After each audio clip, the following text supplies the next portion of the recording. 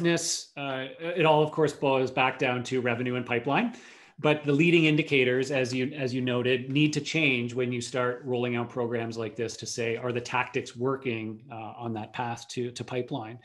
And we break it into a couple of different buckets depending on whether the accounts are in what we call kind of our tier one, or let's just call it top 100 for sake of argument. And then there's a broader set of accounts that we go after. And for those top 100s or top 50 or top 10, we focus on very tactical metrics and touch points, meetings booked, right? Like right down to that very granular level of those accounts. How many have our sales team booked new meetings with to progress the opportunity? We look at, again, stage progression in the CRM. We report it out of our CRM to know, again, how many of those accounts have moved from one stage to the next in a given time period. And then that starts to give an indication of velocity and impact within those specific accounts.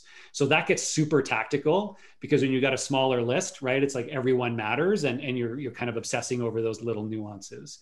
For the broader list, it tends to be a little bit more of a macro level set of leading indicators that we're looking at. So in those cases, again, we're looking at leads generated from within those accounts. So we can track of those accounts, how many converted into an MQL based on our definition, as well as, again, meetings booked and resulting pipeline. But that tends to happen at a bit more of an automated level. So that's how we think about it. What about you guys?